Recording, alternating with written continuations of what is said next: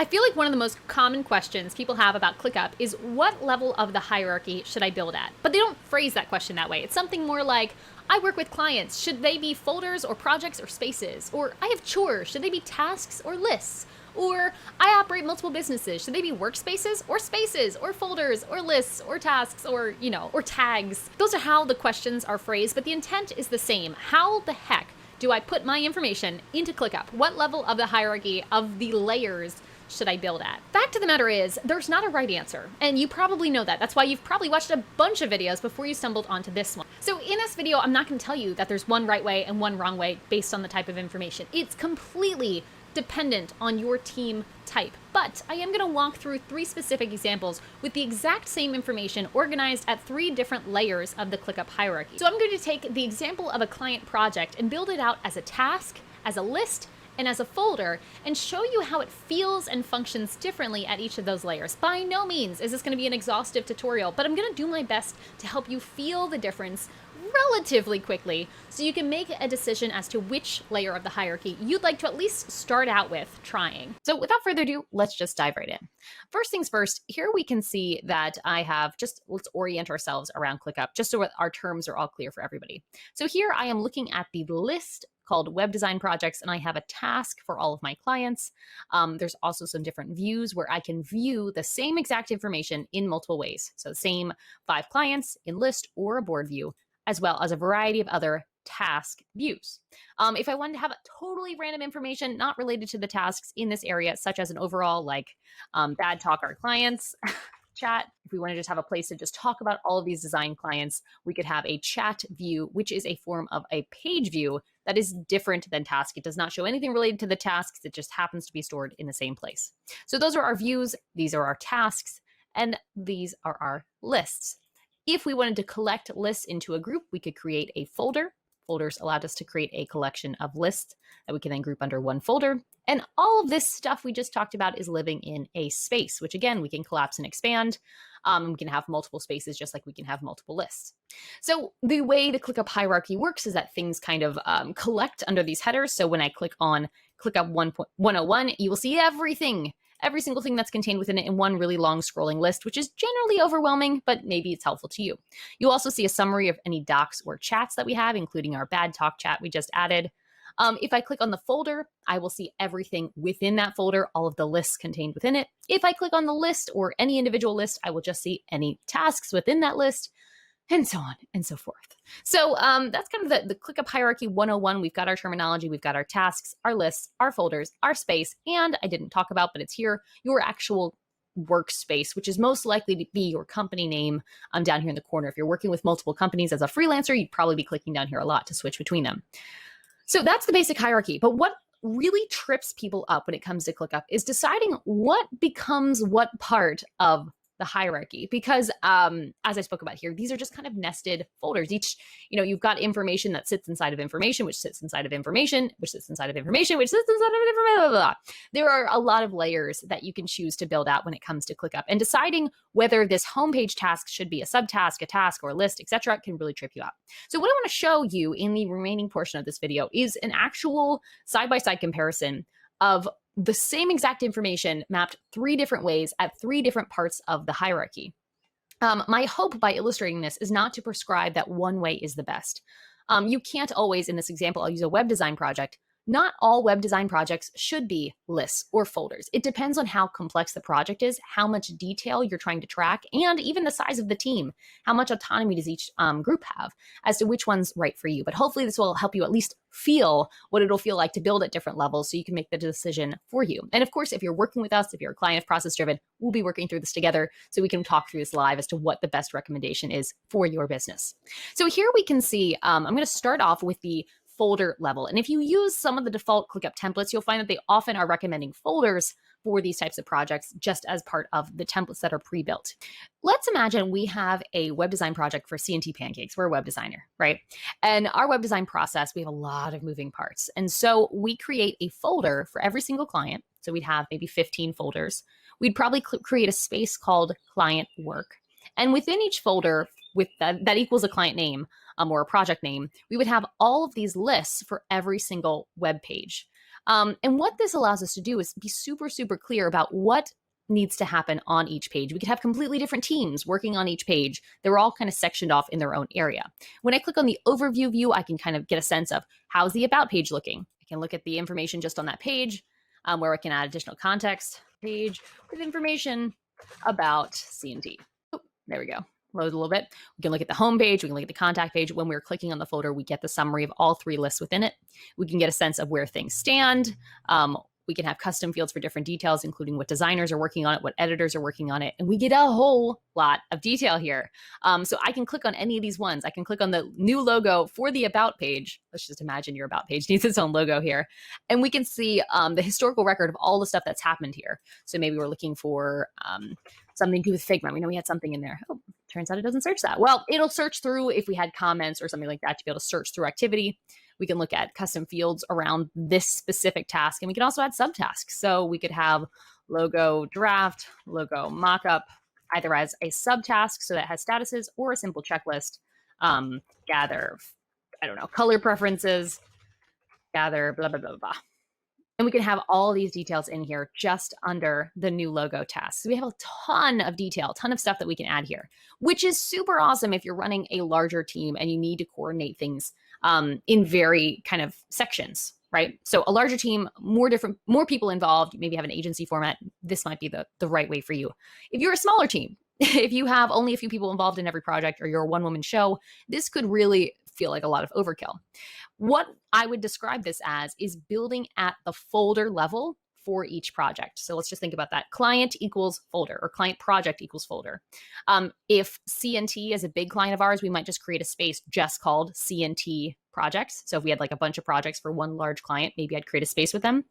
And that's what we'd do. If you are someone who's doing a large volume, if you're doing 50 clients, 50 web design clients a month, that could become a very, very large section. And so maybe we want to think about, maybe I don't need this level of detail. Maybe I want to go a little bit simpler. So let's imagine C&T Pancakes, this web design project, was instead a list. So I put the same exact information, give or take, cut me some slack on the custom fields not being exactly the same, but I put the same information more or less in a list view to give you a sense of what that would feel like.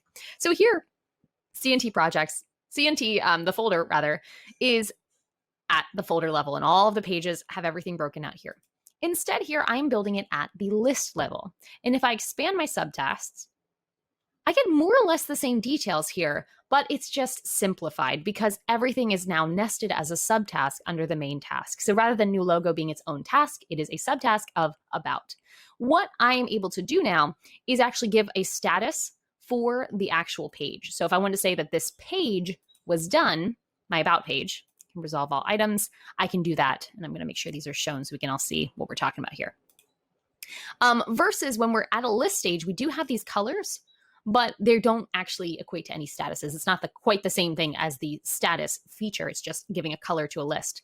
And so here, we're just looking by that number to know where we stand on each page. Whereas here, each page is its own thing, which I could, if I was a Kanban viewer, a board viewer, this makes a nice visual kind of tracking of how each page is going. This is obviously much simpler rather than being able to go into, what do we have, logo in here? We had logo. And in the example, I had logo have its own subtasks with other things going on, which each could have their own due date and their own assignee of subtasks. Well, in this example, logo is a subtask. And so really the only level of detail I can have is checklists, and checklists are limited in the details you can add here. You can really only add an assignee and not a due date. So if there's a lot of details you need to have here, maybe this is too low on the hierarchy for you to build. But if you don't need a lot of detail, if you don't need to keep track of the due date, you just need to know draft 1, draft 2, wireframe, export. I mean, if you just need basic things and you just need them to be done to get the logo done, then a checklist is probably sufficient detail for you. That's kind of, again, one of these decisions. Do you need a date and an assignee? Well, then you probably need subtasks, and this needs to be a task and not a subtask. If you just need a punch list and maybe some assignees for each one, well, that could be a little bit different. So there we go, seeing this as a list versus a folder per client. What's nice about this as well is I could create then let's just do it right here live. I could create a folder called Web Design Projects. Have a folder for that, and we could move this inside it. And we can then see all of our web design projects at one time. So if we have a bunch of different ones happening at once, they take up a little bit less of vertical space than this one does. You see, obviously this has 3 pages just for this one project. Whereas when we do one list per project, if we were to have 50 of them, it would take a third as much space. But this is, one level. It gives us a task per page, and we can work through it that way. If we had a person responsible for each section of the website, we could assign that person those details and go on as we might. What if this is still too much detail? What if you're looking at this and you're like, oh my gosh, I don't even do a draft per, piece of the puzzle. Like, I don't need a draft for a motion graphic. I don't need a draft for the homepage. I just do the whole website and give it to them, and then they give me feedback. What if your process is kind of more simple than that? If you're a one-woman show or one-man show or one human show, you might not do that much versioning or sectioning out. So that's when it takes us to the other format in the structure. I'm going to flip this down just to get our organization straight here. But we did folder per project. We did a list per project right here. And now we're going to do a task per project. And this is yet simpler still than what we've seen so far. So here we see all the projects we have going on right now. And if I click on CNT pancakes, not plumbing, we see that we have a subtask for each page. Again, same information, different level of the hierarchy. If I go to the about page, I can see all our punch list of things that we need to do. I cannot give a due date to these specific things because this is a checklist, not a subtask. Let me just explain that a little bit more. Once again, here's a task. These are subtasks. Subtasks cannot have subtasks, so we can only do checklists here. So these checklists can give an assignee, and that's pretty much it. And you can have a due date for the overall subtask, but you cannot have it for the specific things down below here. If I was a one-woman show, and I'll just add this as an example here. If I was a one-woman show and I made all my own websites, I was doing everything in-house, didn't have a lot of complexity, I would probably keep it this simple for my web design process. I'm just going to be candid with you here because it allows me to create a very simple place to know where to look to see how things are going. I can just kind of cross things off as I go. I like to show what's completed, but and I can just see kind of how is the about page looking. And in one task, in one place, I can see what is all the stuff that's been happening with this project. Any notes they didn't like, any notes I might have about the project, I could see a historical record all here. I wouldn't need to go in multiple places because I'm just one person. Simple is okay for me. And here we go. And what's nice about this is because the custom fields are at the task level, I can see my budget and whether or not they paid and my overall progress, which is auto-tracked, all in one place, which as the business owner, I like having that all in one place if I'm both doing and selling and, the business owner on everything. And again, I can expand the subtasks here and see all those details per page. I hope I didn't trip anybody up here. So I'm going to go up a layer and we're going to talk about where this could be really good. This level of detail where we have a task per page and either a subtask or a checklist for the things that go into that page. This is probably where I would recommend for a slightly larger team, maybe an agency where there's certain websites, web pages that you have a certain designer working on. Maybe one designer is in charge of all of the about page, but you have someone else working on the home page. Or maybe you even need to hide. You need to hide a page so that way only you can see that page exists because you're working on it and you don't want anyone else to see it. If you need more privacy, more compartmentalization, and more details when it comes to time tracking and so on, this might be the better next step, going up to the list level. What this lets you do is, like you see here, you got all this different stuff going on. And you can really drill down in the comments, just talking about a specific piece of the puzzle with maybe just one contractor who's only doing the header image and nothing else. One note about collaboration here, subtasks and tasks for collaboration are great when you're okay with someone being able to see everything in the subtask. At this point in time, ClickUp's privacy basically says that if I'm allowed to see a subtask, I'm allowed to see the whole task. So if you wanted to delegate just a piece of this puzzle to one person and not let them see anything else, at this point, this method might be a little bit too small for you. Because if I were to share this banner image task and I were to assign it to somebody else, that person would also be able to see all of the other things going on in this project. For smaller teams or for teams that are a little bit more flat or working with more people in-house, that's probably great. You want people to know what's going on. But if you are looking to delegate something to another person, you don't want to have to copy and paste it, you want to keep it all in one big spot, that's when we're looking at the next layer of the hierarchy. So we're going to pop up here to we're looking at homepage. Let's go up to the homepage here. If we were to break out every one of those little tasks into their own task, now all of a sudden we have even more options when it comes to subtasks and checklists and privacy and sharing, because at the task level is where we can set that privacy. So if I wanted to only share this with myself, I could go ahead and do that. And then that particular task would only be shared with me and no one else would be able to see that it's there. If I want to delegate just the website illustration to one other person, I could assign it to that person. They would receive the assignment. They would not see anything else going on, any of these other tasks that are related to the project, which could be good if you're really looking to have things compartmentalized. I guess there's not a whole lot more to add here other than to experiment. This is very much just a primer to help you feel the difference between the different structures. The big pro-con between different layers is going to come down to how much detail you need and how open you want your communication to be. One piece I will say is it's better to skew simple than skew complex, especially if you're new to task management tools. As you can see here, it'd be really nice if C&T calls me up on the phone to be able to pop open their information and say, they called and hated the draft. And everyone who's working on this project, since they'll be in this task, they'll be able to see this and they'll be notified about this. But if I'm over here and I'm in the list, well, that's also true. I can go in list info. I can go over here and leave a comment at the list level said, they hated the draft. And that'll communicate with everybody who is in this list. Great, right? And for the other layer, the highest layer of the hierarchy here, we can have a chat widget up here, and it looks like there actually is one. We could say, they hated the draft. I'm sorry, there's a typo in that one. I'm not going to change it. And that's great. That does work pretty well. But what happens when we are working in the weeds here? And my only job is motion graphic, and I didn't see your comment over there about they hated the draft. I'm so focused on motion graphic. By creating all these different cards, all these different places that you have to click in to work on things, it can be pretty easy to lose track of big picture stuff unless you have a larger team, perhaps with a management layer already in place, just to keep on tabs of everything, or keep on top of everything rather. Because it's just a lot of details. It's a lot of clicks to go in and really see the status of everything because you've built out so much structure. So I'm going to leave it at that for today. I hope this was a helpful illustration. I know it might have gone a little bit too in the weeds at moments, but I wanted to help you feel the difference between these three layers, which I'm going to review once again here.